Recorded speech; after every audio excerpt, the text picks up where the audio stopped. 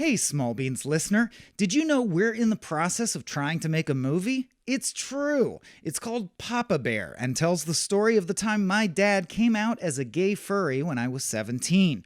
We're currently looking for investors, creative partners, and talent to attach to the project. If you'd like to know more or to see our script, lookbook, and business plan, please hit us up at allthesmallbeans@gmail.com.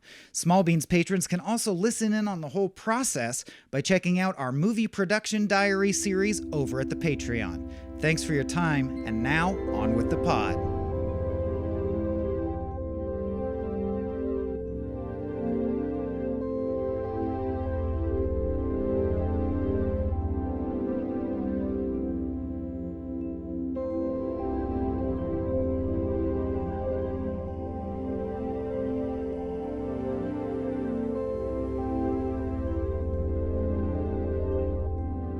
Hey, welcome back from the break, everyone. This, of course, is TRL, 1998's TRL. I'm Carson Daly, your host. At number one with a bullet, I'm just a Terrence Malick, baby. Okay, I'm done with that bit. Damn. That's the end of the bit. I was hoping you were going to sing Crazy Town. Do you guys remember Crazy Town? Butterfly? Is that I'm your butterfly sugar baby? I'm your butterfly sugar baby. Come, my lady. That was a bit based on the initials of the movie we're going to discuss. I could do an hour on that. Like you just launched a series. Like that was not an innocuous TRL bit. Was a thing. Yeah, we could do a pod ep on what TRL meant to us in our lives. Dude, sign us up. Start recording. Sure. But that is emphatically not what this is. This is Frame Rate, the show where we rate frames. And the TRL I should have actually referred to is Thin Red Line. I'm Michael Swaim. That's Abe Epperson. Woo. Our special guest is Mr. Adam Ganzer, who you've just heard from. Thank you. Thank you. Thank you, dude. Hey, thank you. How far away are you from me, Abe? How far away between the two of us when we started this and when it began and ended? I'll thank you to close that distance and give me a smooch. What is this war done? And Look at all this thanks war. to I see what you're doing. You're doing the movie. Brilliant. Yeah. Thanks to Andrew Marinus. Well, we're thanking people. Yes. He picked the flick. Someone before he rolled was like, or Marinus. I really don't think it's. It's Marinus. I'm laughing at your name. Marinus. This man is a sea god. This man is like right out of a Herman Melville story. Yeah, right? Andrew Namor Marinus. It's great. We were commenting. It's a great mind last controller name. of fish. Yeah. I said it reminded me of a Roman legion, so somewhere between those two things. Ooh, Maximus Marinus. I didn't offer a thing, but I agreed with theirs. Those their two things. Marinus, Mark Marin, something there. But you too can be like Andrew, is what I'm saying. Because you can go over to the patreon.com/smallbeans, and if you go to the tier called Pick the Flick, you can throw some extra money, and we will talk about a movie that you decide. With a few caveats, like we're not going to watch your porn that you made when you're, like 25. I would watch not that. I would for not that comment. cheap. I would watch. It. We'll take the links. I'm not saying price that, Michael. tag goes up is the point. Price tag goes up for that. For us too, they have to pay us to watch their homemade porn. That's how that works. And Andrew, of course, our precious prince, also brought us our episode about It's Such a Lovely Day, Beautiful Day. It's such a beautiful the Don day. Hertzfeldt one, which I thought was highly rewarding. So it's thank a you, good Andrew. taste. Yeah. Well, good so far. Let's see if that streak holds as we dive into 98's Thin Red Line by Terrence Malick, famously the other 1998 World War II movie. Gosh, let's just start there. Certainly, I still have crisp memories of in my childhood, and I don't know why it was a choice or we couldn't see both. But my dad, who we only saw on the weekends, and we went every weekend religiously to a movie Friday night and a movie Saturday night at the theaters. And I think that's why partially I'm in the line I'm in. But I remember him picking Saving Private Ryan and us seeing that and him consciously deciding, Thin Red Line, I don't need to see 2 World War II movies this year. Like, I'll go Saving Private Ryan. So I had never seen this till now, and I only remembered it as the other 1998 World War II movie. that everyone compared to Saving Private Ryan at the time. What about you guys? Did you see it at the time?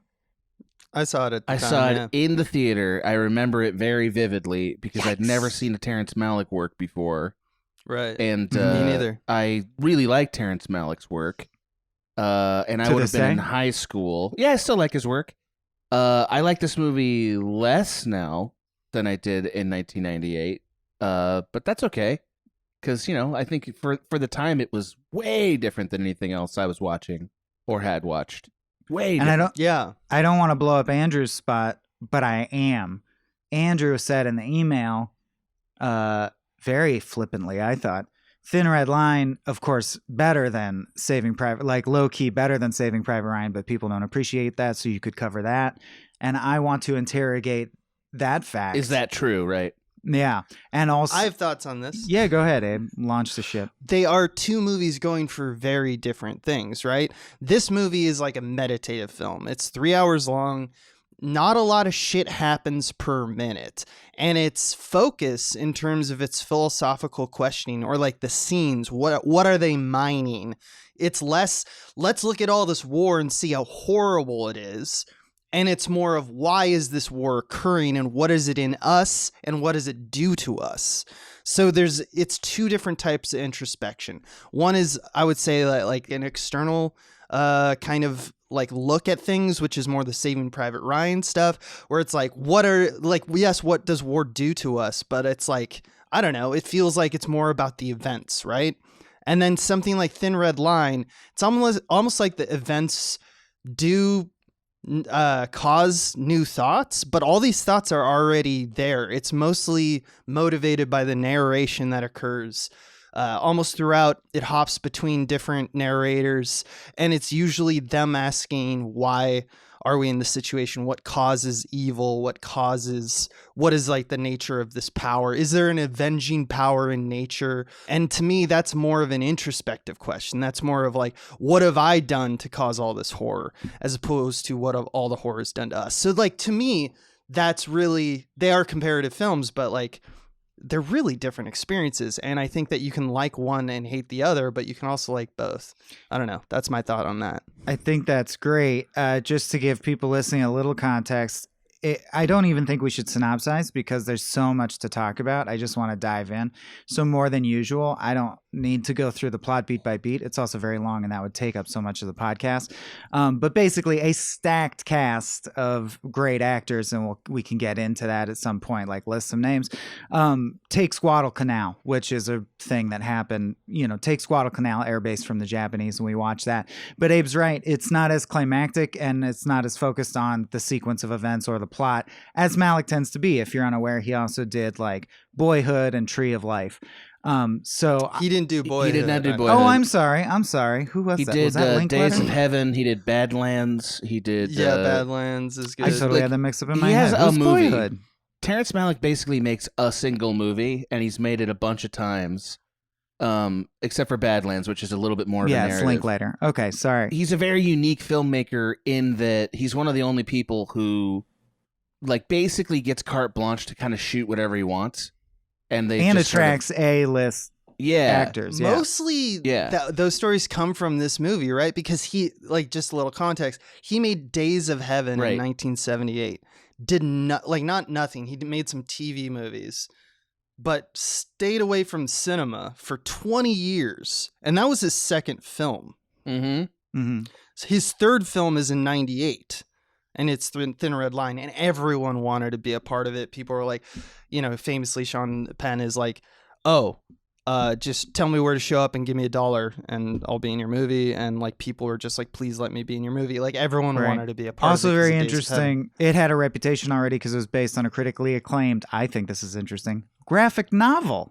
Not novel or like that's unbelievable too. And if you look up the artwork, it's pretty dope. Like, it looks like a good graphic novel, and it makes sense because graphic novels have those little text boxes that represent any character's thoughts at any time, and that's so Malicky. And one key component of this movie, or the way it hit me and the way I want to describe it, is like, are you guys aware of koans? Koans? Yeah. The idea of like a little simple thought that is a philosophical truism that you meditate on. we're just dirt. Yeah. He does these, everyone in this has an internal monologue. If the camera's interested in you right now, then we get to hear your thoughts as well as look at you. And basically the movie is an assembled sequence of little thoughts. You're like, this guy's in this situation and he thinks this about it. Think about that. Chew on that. All right, next up, this guy in this situation. And sometimes they feel, even though it is a sequence of events that happens, they even feel disconnected to me. Like they do have that feeling of a bunch of little short stories. Like I have a godfather who's an artist, and one thing he did is he put out a book of fictional portraits of people who never existed with just their epitaph and their last words. And they made this really interesting, you could imagine whole stories in the... So I guess I've always worried about Malick being too snooty or had this feeling that it's pretentious. But when I viewed this movie through the lens of, no, these are little like presentations, almost more in an Eastern tradition than a Western tradition, of a simple combination of image, feeling in the form of music, and thought. And you take that spoonful and you just eat that and you think about it. I really can enjoy it that way. I like it a lot through that lens. Yeah. I think that if you like Terrence Malick's thing, this is an incredible movie. Like, I think this movie is remarkable and gorgeous. And so many war movies are trying to do what he effortlessly does in this film, which is get to the underlying meaning of it. Like he's so good at just sort of deftly showing us battle, then showing us what does it mean, and manages to avoid the schlocky feeling that it often takes to get there. In fact, a lot of people that are schlocky are trying to do his thing, which is like get to the soul of the conflict while in the middle of these like battles. Like you'll see a lot of film students who are trying to make a Malick film, even if they haven't seen a Malick film, because he's so cinematic as a combiner of images and ideas, and not necessarily cinematic as a narrative storyteller, but more as like a meditator, sort of like tone poem filmmaker. Although he does tell narratives. Exactly. Yeah, and like he's the master of that. If there is a master of that, it's him. And so like, if anybody hasn't watched this movie and you're going to watch it, be like, here we go, World War II. The thing you need to know is like, you're not going to be satisfied with like the trappings of a war film, because you're never really tracking the conflict. You know when the conflict's over, but it doesn't matter. Like you don't feel invested in the conflict. You feel invested in the safety of the people in the conflict. Only Nick Nolte cares if they win or not. Correct. Well, I mean, everybody cares force. because of survival. Everyone wants to live. Yeah. That's different. Yeah. Right. Another thing that's really unique about this film in war films is that everybody is very fucking scared. Like, everybody is very fucking scared. Even more than Saving Private Ryan, where there's a little of that. Yeah. Saving Private Ryan, it feels like people. Like no, we pan beings. to one guy in the patrol boat vomiting, and you're like, ah, yes, the fear of war. Right. This is like, and speaking of accomplishing the actual war stuff when it does happen, which, yes, there's not like a ton of battles, but the battles that happen are, I think, legitimately harrowing and thoughtfully put together in a way that make powerful singular statements like he's wont to do. Like the one that immediately springs to mind is the scene where they got to make their first charge. They know, like, some of us will die, and not just that, but like the first guys to charge are almost certainly going to die, right? Yeah. So I did all this training. I lived my whole life from birth to now, and I'm a real human being, to literally have someone make the decision for me now, you die in the service of this thing. Like, you almost definitely die right now. Please go do that now. And everyone sits there frozen like, are we really going to fucking do that? And the guy who finally gets them to go do it is like, everybody charge. And he immediately gets shot. Immediately. Like the guy who got them to charge also, and Jared Leto. Yeah, Jared Leto. Right? I think God, so. Yeah.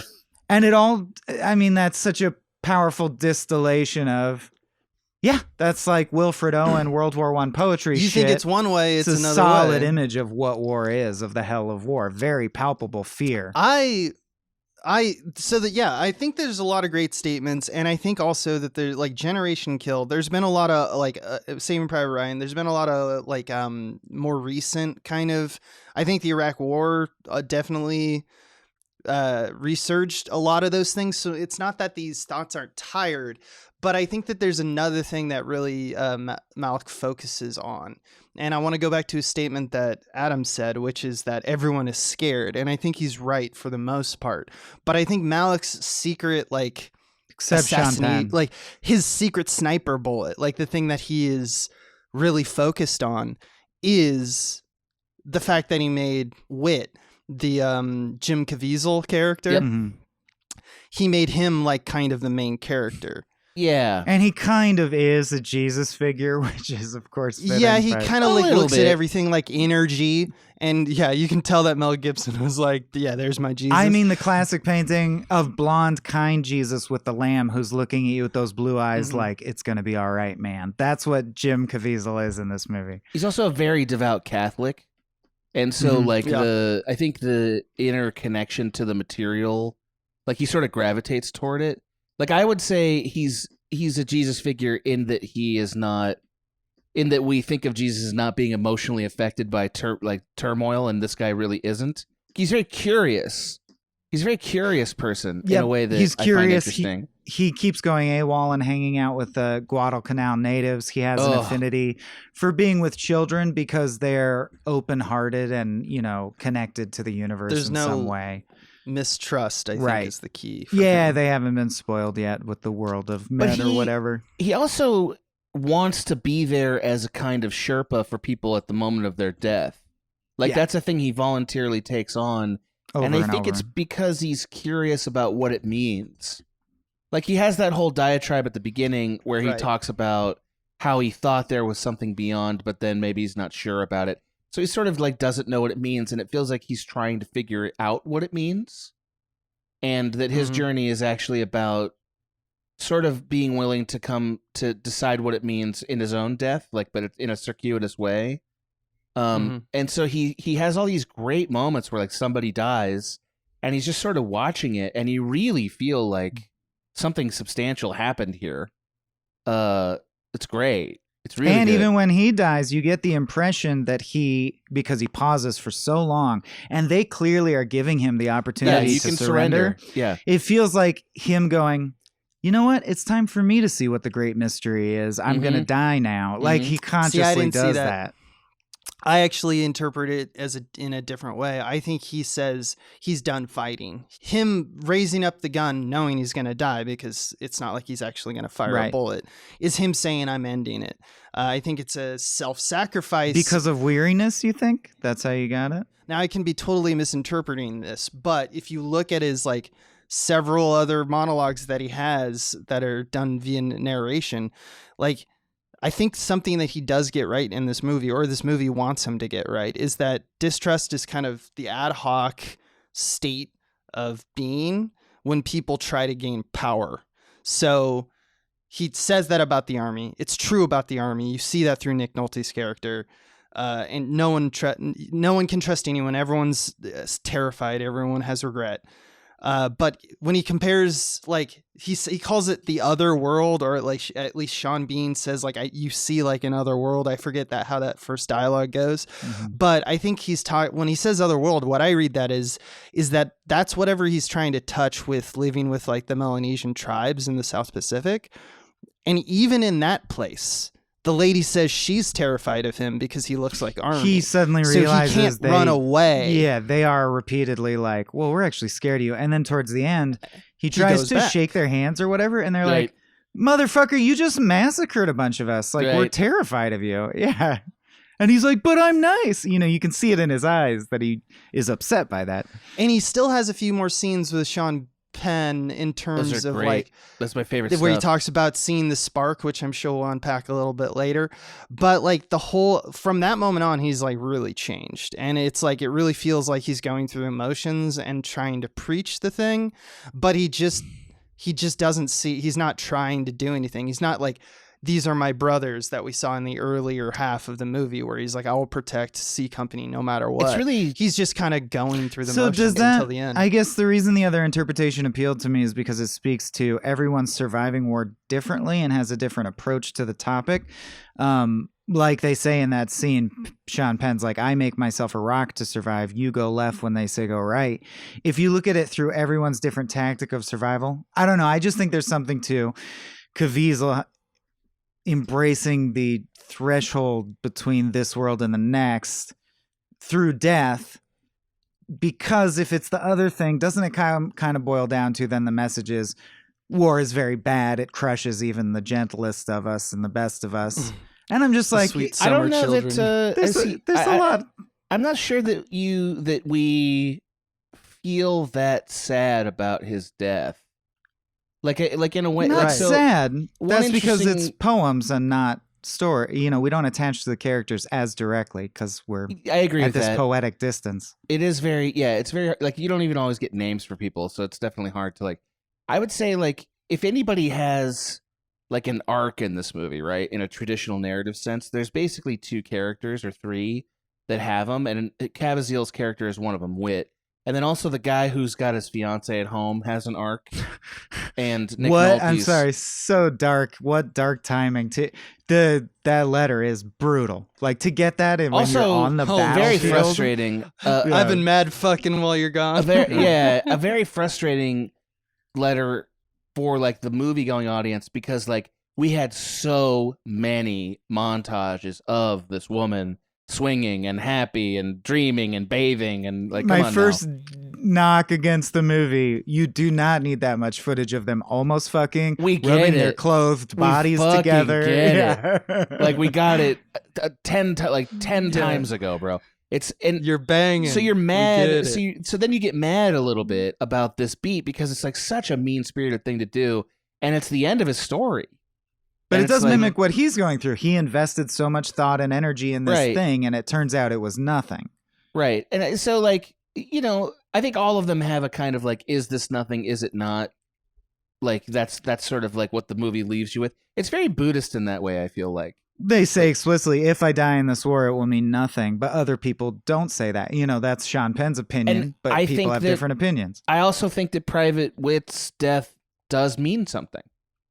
Like, I think that's actually what he's journeying toward, is sort of like he's going through like a sort of Siddhartha-esque crucible of seeing the Right. suffering of the world and finally embracing his part of it. And it means something. And how do I know it means something? Because he gets a funeral. Nobody else does, Right. you know? Yeah. It's interesting. Not meant to be a poignant death. It's not meant to have purpose in the sense that like it will change anything. That's why it's so useless. I don't know. I Like don't know in if I ter- agree with that. No, but it hangs in the air like a quiet, important moment. I do think it does changed that. Sean Penn. He got changed by it. I don't know if it does though. Where's the proof of that? Well, Because it he made him cries pause about it, and because it bury makes him. him think. But makes he him sad. he cries because he still feels bad about like that's why he went in and he went all Lieutenant Spears on the situation earlier. But he literally at his grave says, "Where's your spark?" then now?" cries because he Where's your realizes Messiah that now? I again, this is like Eye of the Beholder a little bit, but like I think that it's reductive to say that Sean Penn's character is unaffected by this, because Sean Penn's character is definitely, out of all of them, the most sort of like hardened and like gonna get through it, and like, you know, I'm not saying anything you're saying. I'm just saying that another I thing. stand I'm against saying. I think everything Sean- you represent. I don't think it changes him. I think he is the way he is, and he's dealing with it, and he causes him to cry. But like going back to like Caviezel's death, I really feel that is like it's not important that it's poignant. It's only important to him, I guess. That's what I meant by like the self-sacrifices is like, it's about me. It's Mhm. about my part in my journey. But none of these things, and which also agrees with Sean Penn, you know, like this is all about property. Like that's a despair moment earlier in the film as he runs back after doing the super heroic thing.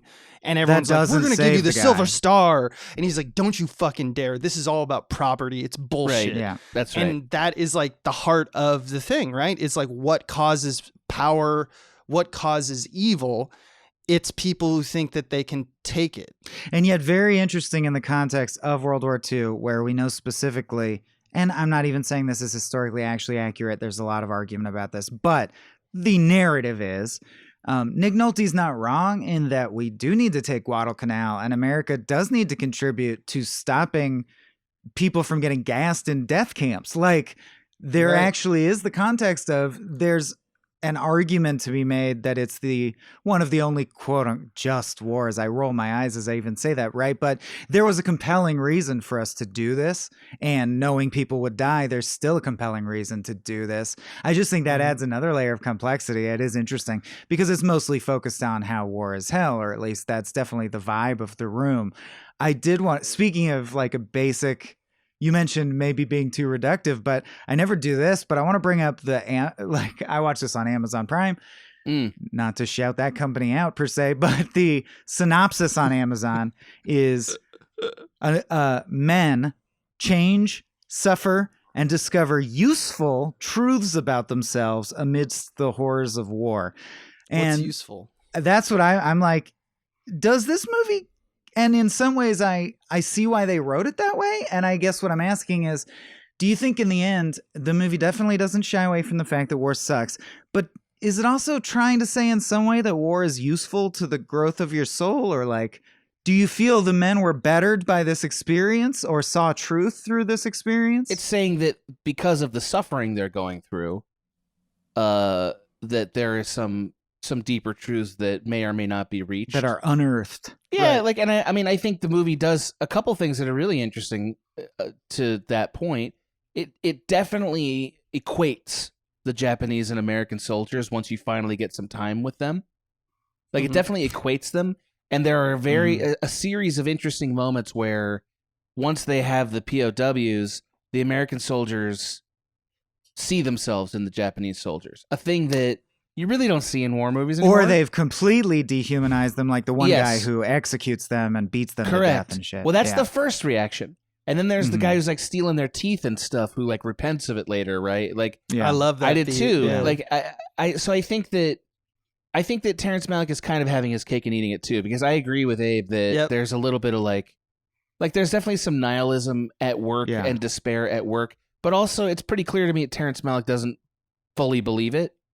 Like, I think that he has a bit of private wit in him that's like, no, there's something still James beyond Bond. it, you know? And all these people seem to briefly grasp it and then lose it. That happens all the time in this movie. I feel that in the gladiator-like shots of the shadow passing over the windy field and stuff like that. Also, just to triple underline that moment so that we can move on from it, we talked about on the Bone Tomahawk episode, something that's really stuck with me is that terror and horror and stuff works better if there's a beat of empathy and love and actual understanding what the harm that was done versus just we keep going with the killing and can you believe how fucked up this is. I don't think that arc works without the repentance beat. So there's this dude who keeps stealing the teeth of the dead Japanese soldiers by force, not gold teeth. I'm talking just teeth, just as trophies, right? Yeah. And then with no other lines, just later on apropos of nothing, and he's saying shit like, I'm happy about this. I'm glad that you're suffering. And later on, we just see a shot of him in the rain, screaming, tearing at his chest, and he looks at the bag of teeth, and he seems to think about it from a fresh perspective, like, you know, like with fresh eyes. I'm a human being. I've ripped teeth out of people. That's like serial killer shit. Yeah. Like you see him break down, realizing what the fuck is going on. It's great. Right. Well, and he like throws the teeth and sobs like a deep sob. And again, he's just like, what have I done? There's a kind of rhythm to this movie. Good word. That where like this whole thing feels like a single parable almost, where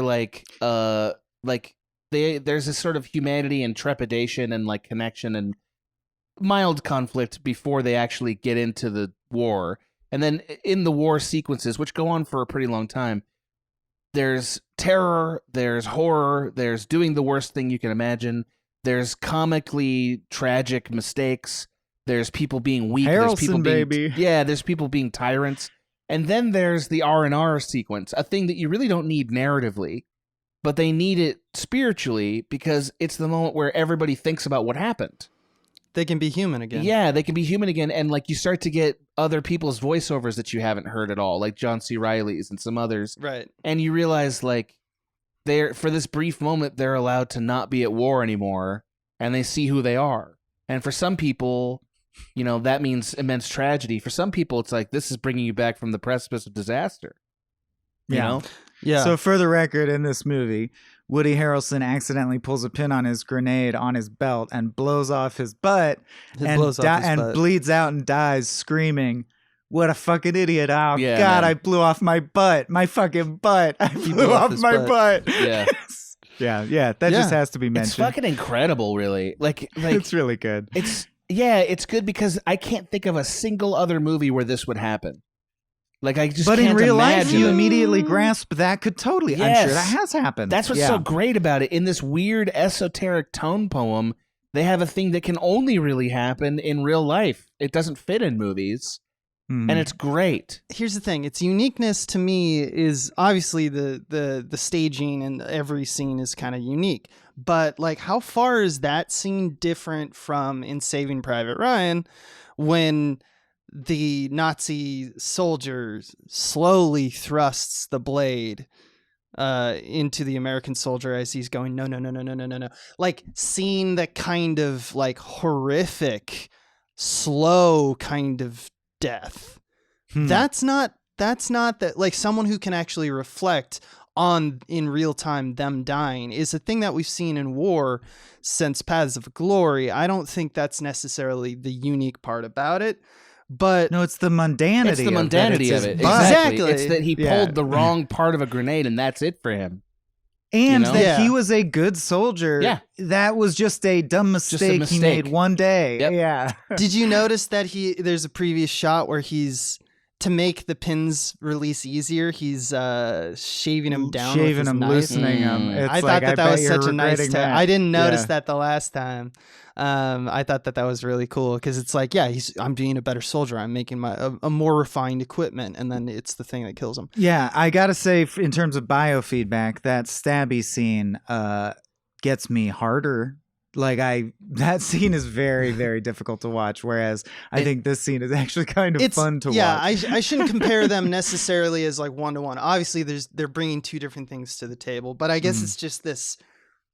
It's not like the classic, like, oh, we're all running through the jungle, and then one of us gets shot or blown by a grenade, and they blast over, and that's the death that everyone gets in war.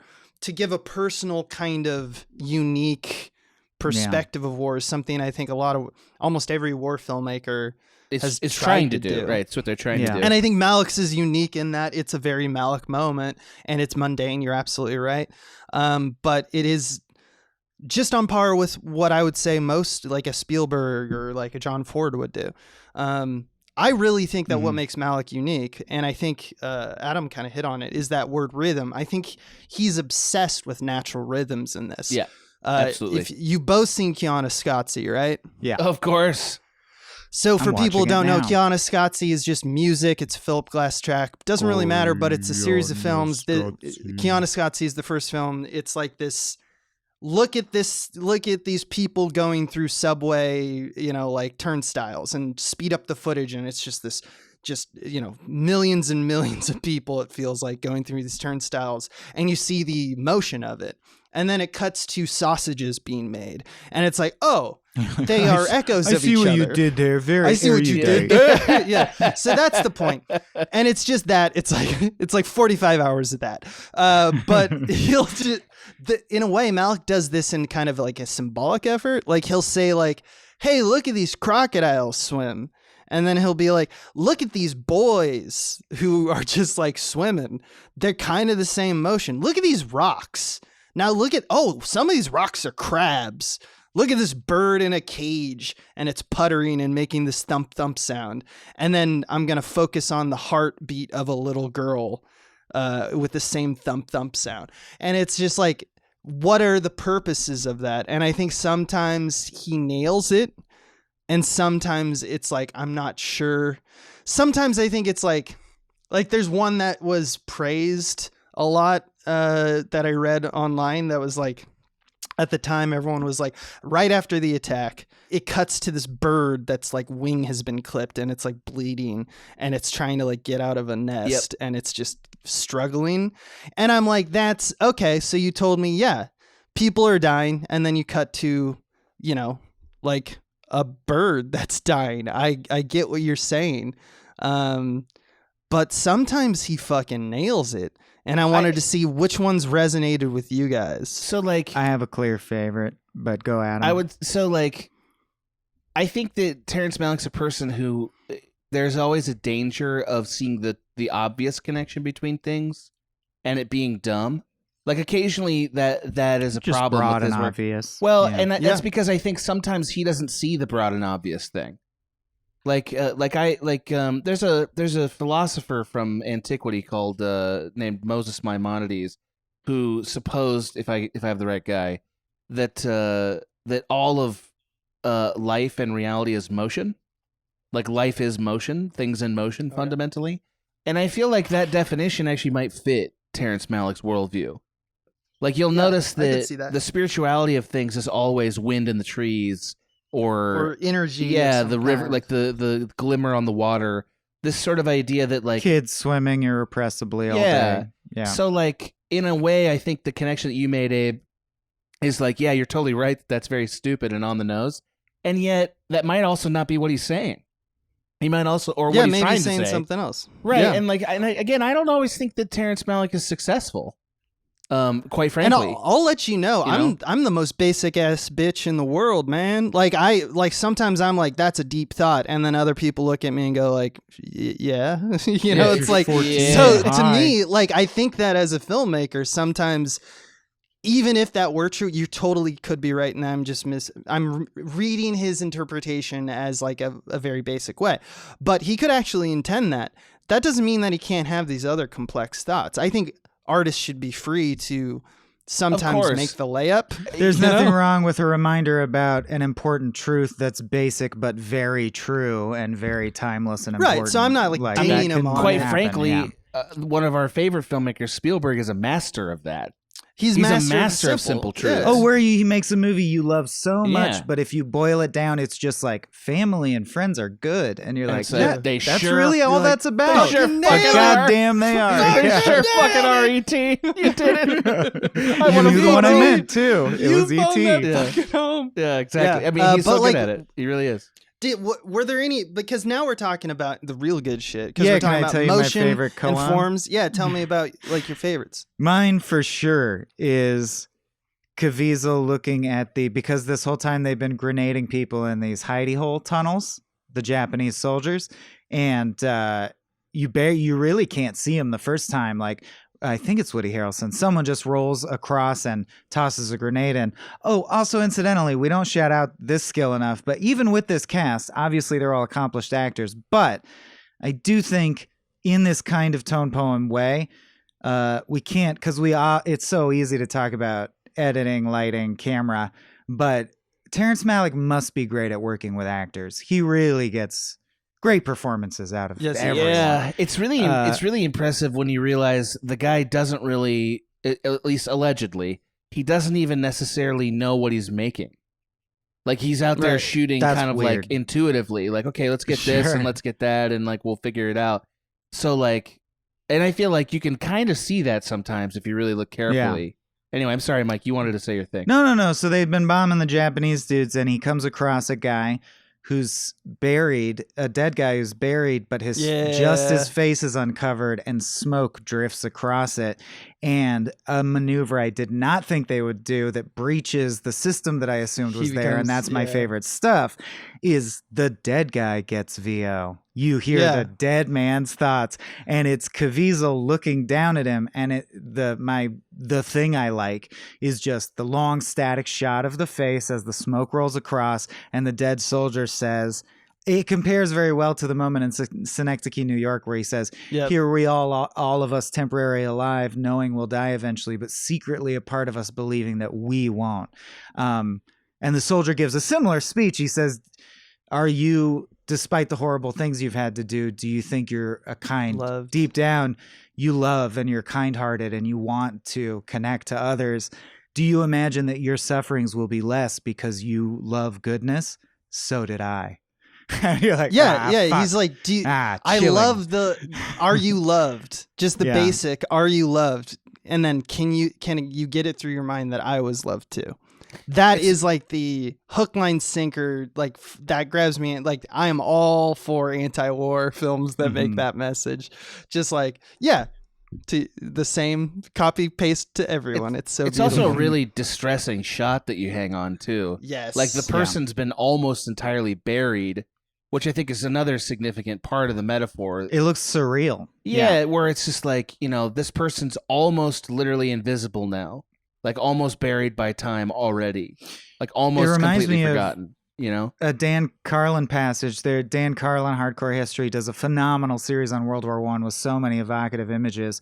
Like a guy writes in his journal about watching a fly land on a bloated corpse and eat off it, and then fly over to him and land on his coffee cup and splash around in his coffee, and then he drinks the coffee and he thinks about that and shit like that. But he talks about the indignity of random chance not respecting. Nature does not care about decorum at all, and that can be shocking to remember because nature will seem to employ dark humor in a way that's insulting or offensive. Like they talk about being in the trench and someone who died was buried in such a way that there's just this arm sticking straight out of the wall of the trench, and everyone like shakes it and high fives it as they go by back and forth, dying and fighting for their lives. And you're like, that's so surreal and funny and stupid. And if you pitched it in a movie, you're like, there should be a random arm sticking out of the trench and they should shake the hand as they go by. You're like, the fuck are you talking about? But that happens in real life because,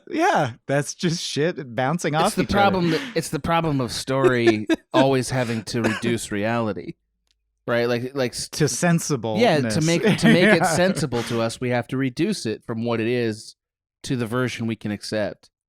And I guess that's kind of what I like about Terrence Malick in general, is that though he is, of course, reductionistic, as a lot of artists are, it's pretty hard to pin him down because he doesn't want to reduce that much. Like he kind of wants to capture a pretty grandiose vision of reality. At least 2 hours and 50 minutes worth. Well, it's pretty fucking long, I agree. But even if it wasn't so long, right? Like even if he didn't make the movie with the dinosaurs that were shaking hands and shit, he has a wide lens as a storyteller. He's got and he doesn't want to. He's not here to sort of like prescribe reality or sort of like give you his codified microwaved point of view or to preach at you. I think he's really curious as a filmmaker. Like he really wants to get to the bottom of the thing. I think that makes him pretty unique. Agreed. A lot of filmmakers don't walk in instinct, like shooting from the hip.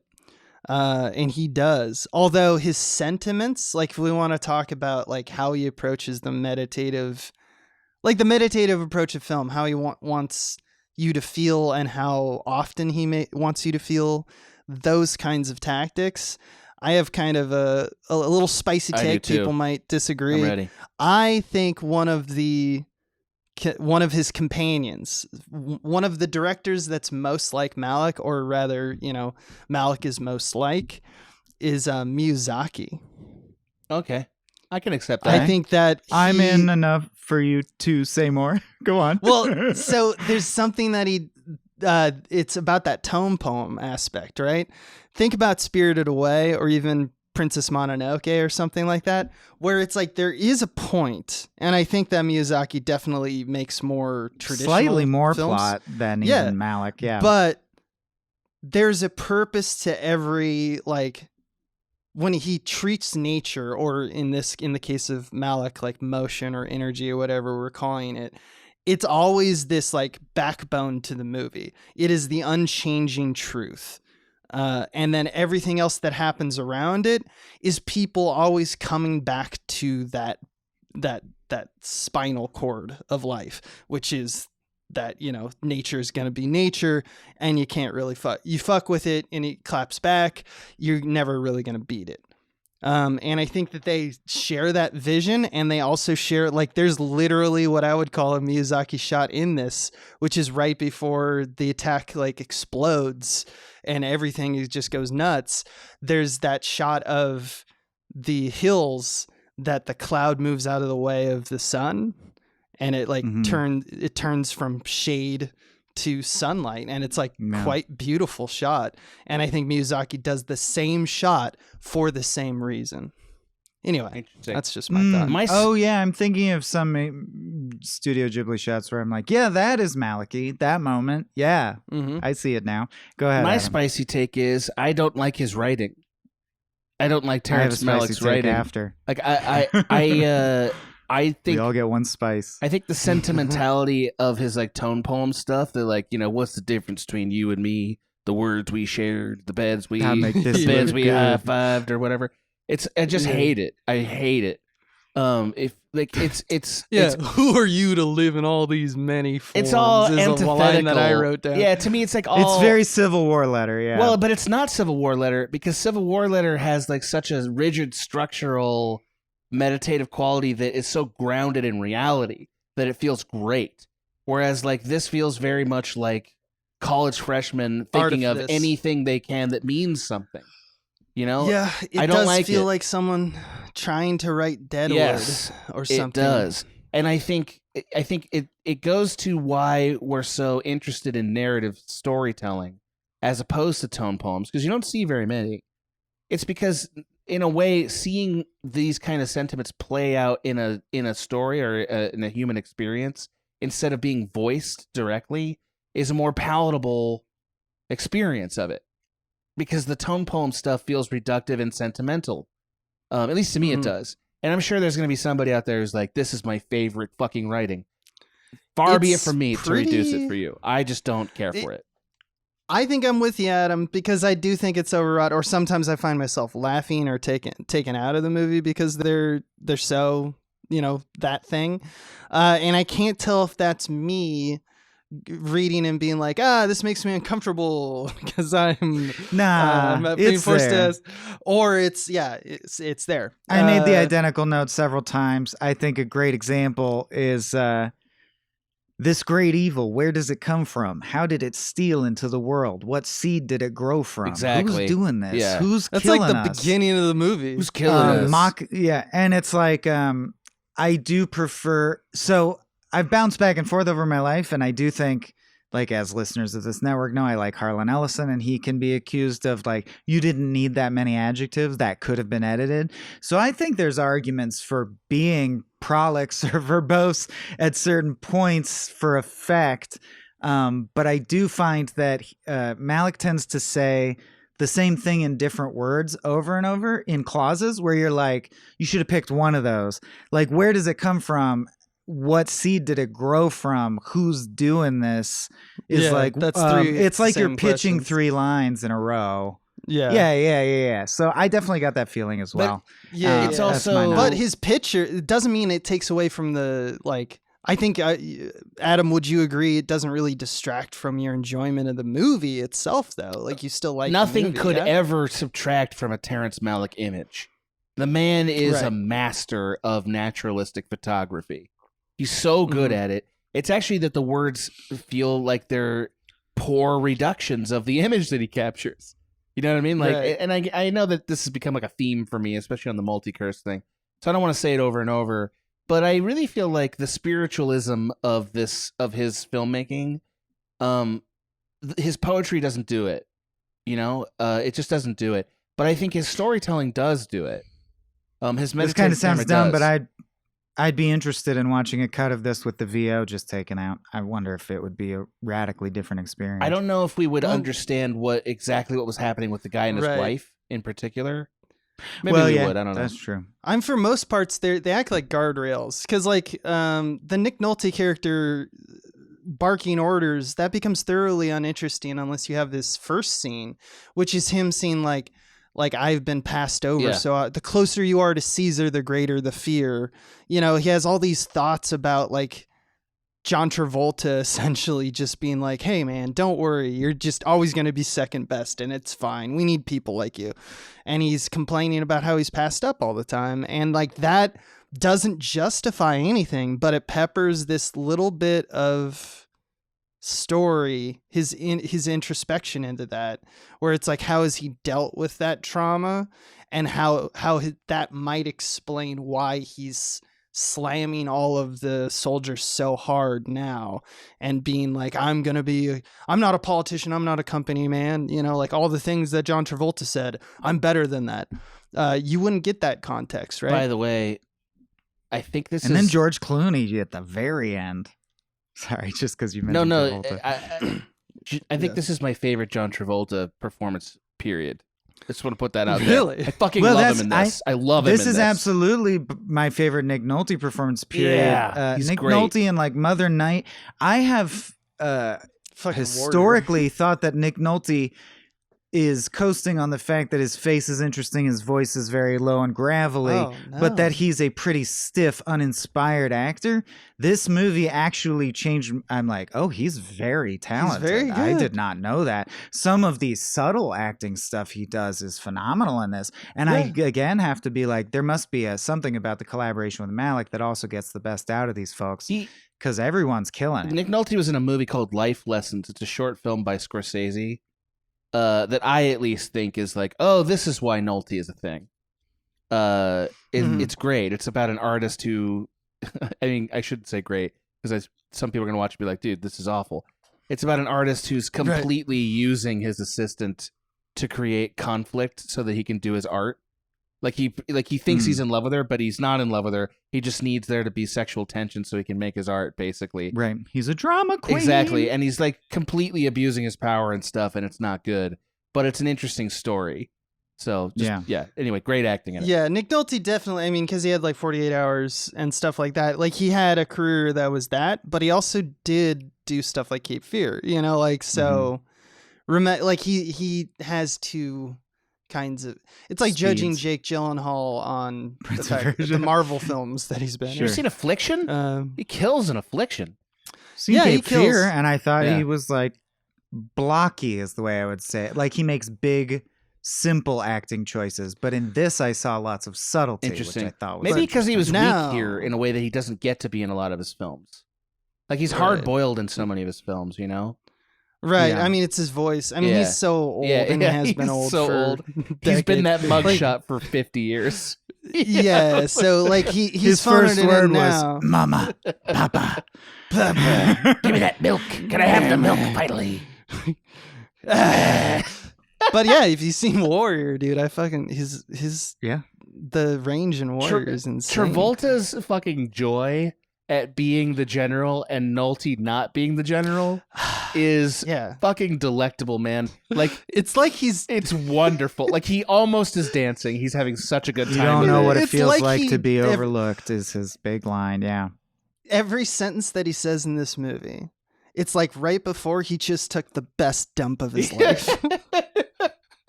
Travolta? Like, yeah. Because that's how he can do that disco dance, man. He runs light. He's he is streamlined intestinally. I feel 10 pounds lighter. Now march to your deaths on my behalf. I want that island, Mr. Nolte, and I shall have my spicy take. I think it's the last energy thought I have. And I would love to compare notes on this because my main gripe against the film and why I land on the side of, I mean, because I'm a structuralist, I like big budget. You know what I mean? I like Spielberg. That's part of the reason I do what I do. Power and form. So I do think Saving Private Ryan outshines this movie for one simple reason, primarily for me. when you combine specifically the rhythm, I like the rhythm came up a lot. I would also call it the pacing, which is related, of course, and the wall-to-wall poignant music. So music is a tool that lets us know and sometimes makes us feel the emotion the director wants us to pair with the moment. Mm-hmm. And I prefer a judicious use of that and dynamics. So some silence, all I'll say is this felt like a series of postcards back to back to back to back, and each individual postcard employed the exact same method.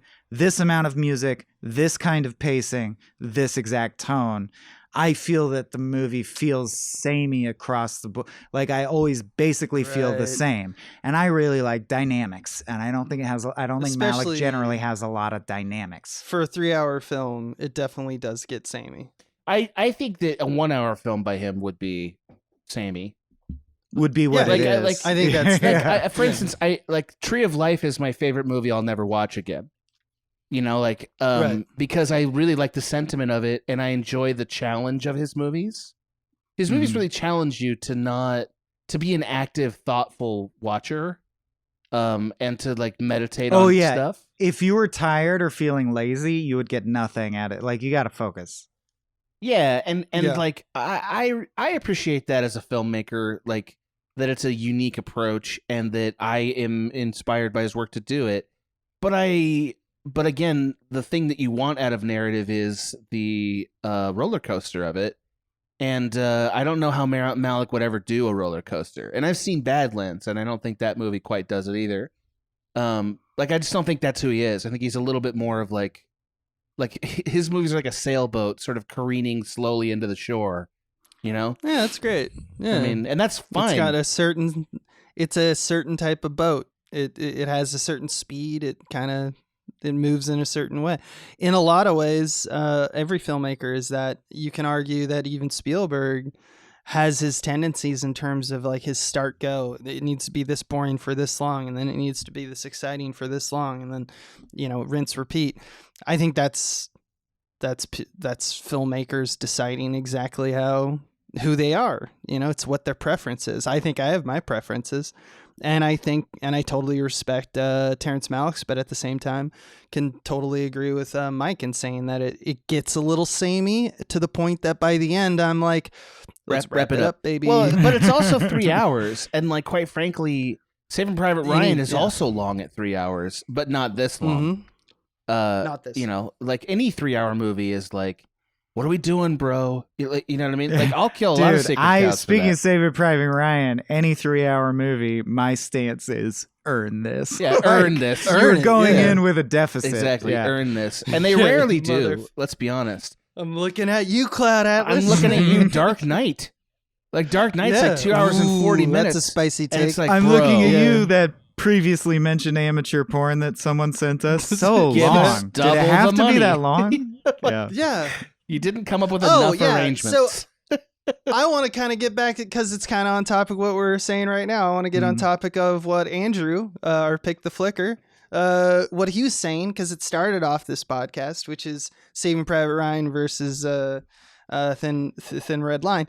I think what he's saying, and Andrew, speak up in the comments or just email us, because I can see how someone would say it's obvious. Because this is a little bit like looking at the undercurrent of like, let's look at what the soldiers are doing. Let's look at them less as band of brothers and more of individuals, versus Saving Private Ryan, which is about a company. It's about a few individuals, but it's really about like the machinations and politics and stuff. Yeah, exactly. And how it like the push and pull, and like Tom Hanks' character is entirely about keeping them together. Point is, I think that there can be an argument to be said that in a Spielbergian way, Saving Private Ryan is a little bit more propagandist about its approach. This movie does take, which I think is the correct take, that war is terrible for everybody. It's not that Spielberg doesn't say that. It's not that I would say that Saving Private Ryan is by all means anti-war film. But I do think that like he does glorify the kind of sacrifice that soldiers make quite a bit, and Malick does not really. Like, look at the way in which, Wit died. We still have a kind of disagreement about exactly what that meant. So I think that a lot of people will say Thin Red Line versus Saving Private Ryan. I could see why someone... Yeah, but I'm also I want to be a filmmaker, so I also check all the columns of craftsmanship and shit, and I don't think you can overstate how much the storming the beaches at Normandy, Saving Private Ryan scene elevated the craft of how a war scene is shot. Mm-hmm. Like, no doubt. Blew everyone away in the industry. I think it's hard to overstate how incredible the sweeping over the hills bombing shots are for this movie. They are amazing. Like this movie goes full apocalypse. Yeah, now. And it's like, wow, it looks so good, and it's still somehow in tone with what he's doing. But it's not storming the beach at Normandy, because that is one of those rare moments in cinema where cinema leveled up. Like, that is like, we all leveled up because of this movie. Yeah. It moves. The camera is now something that is like alive and breathing.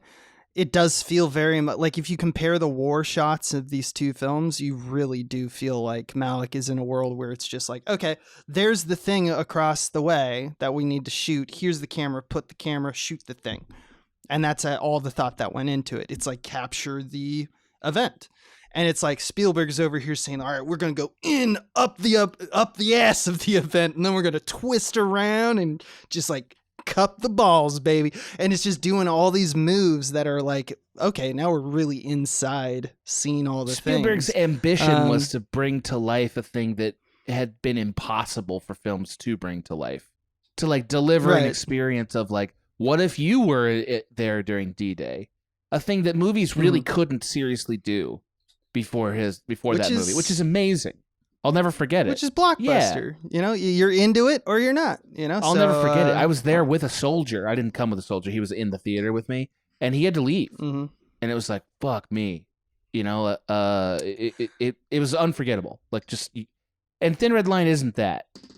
Thin Red Line is a really well made tone poem with some gorgeous war shots that are well constructed. But that is interesting to me, because I would argue also that the goal, if there is any goal, the goal of Thin Red Line is to connect on a personal level to soldiers, to make soldiers, and by extension everyone, think about like what their part in the big carousel that's playing in the sky. Like what's their what role horsey in there? do I ride in the great carousel? What horsey do you ride? Yeah, Did I get the same music as Abe? So its attempt to connect is somehow less associative than like Spielberg's ability and tactics of camera and motion and dolly move to make you feel something. Kind of makes you ask the question, sometimes is artifice better at evoking emotion than reality? When it can do what the D-Day stuff, then yes. You know what I mean? Like when you can deliver that, then yeah. Usually no. But with rare exceptions like that, I would say yeah. And we had a few around that time. I think The Matrix is a similar thing, where some of the artifice that was created there felt like, again, like film leveled up, like new ideas about how things could be made and look were created, new experiences, and that's really exciting. But that's a whole other podcast. Well, can I say one other thing? I'm so fucking sad that that this Thin Red Line narrator thing, that we did it here and I could never use it as my bit on the Multicurse podcast. It would have been such a good bit. Nothing stops you from doing that. That's still in bounds, for the record. Yeah. That is a fucking wonderful bit. Like, it is such a good bit. No, save it for the Matrix. Yeah. Which people will soon know what I mean. But well, we'll work it out off mic. Okay. At the risk of divulging too much, I think it's time to wrap it up. Especially good one. I love talking about movies with you guys. Really wall-to-wall insight. I hope the listeners enjoyed it as well. Thank you to Adam, our very special Thanks for guest. inviting me Not on. always able to have you on Frame Rate. Well, you know, everyone who listens to Small Beans regularly understands why you were a great fit for this. Thank you to Andrew and all of our flick pickers. Again, that's patreon.com/smallbeans if you want to pick the flick, or check out all the extra podcasts behind the paywall, like special exclusive episodes of I'll Show You Mine If You Show Me Yours with Adam and Maggie Mae Fish, as well as Star Trek The Next Futurama, Spiel Boys. Director Piece isn't behind the paywall. I think that's the paywall one. Escape from the Multicurse, our newest show, with the 3 people that you listen to during this podcast. So is also very good, and that's behind the paywall. So you probably want to head over there. Huh. It's definitely a big jokey podcast. We do a lot of jokes. And you get in for like $3 a month, not week. Just month. think about all the esoteric really helps us musings that I might do for this bit. Like I might do it forever. And you'll only hear it behind the paywall. And of course, thanks to all the big beans who do pitch in, helps keep the lights on. I'm petering off. I think you nailed it, dude. I think you covered it all. Oh, thanks. Yeah. So I guess we out, man. Where's your spark now, Abe? I will kill you. I swear to God. This has been a Small Beans endeavor. We're a bunch of pals who make podcasts, sketches, music, web series, and movies. The Beans always have new ideas percolating, so make sure to check us out at patreon.com/smallbeans. That's patreon.com/smallbeans, where you can browse all of our current and past content, see what we've got planned in the future, and learn how your support can help the Small Beans grow into huge, giant monster beans. If you enjoyed this content module, please like, rate, subscribe, or tell a friend about us. We love you!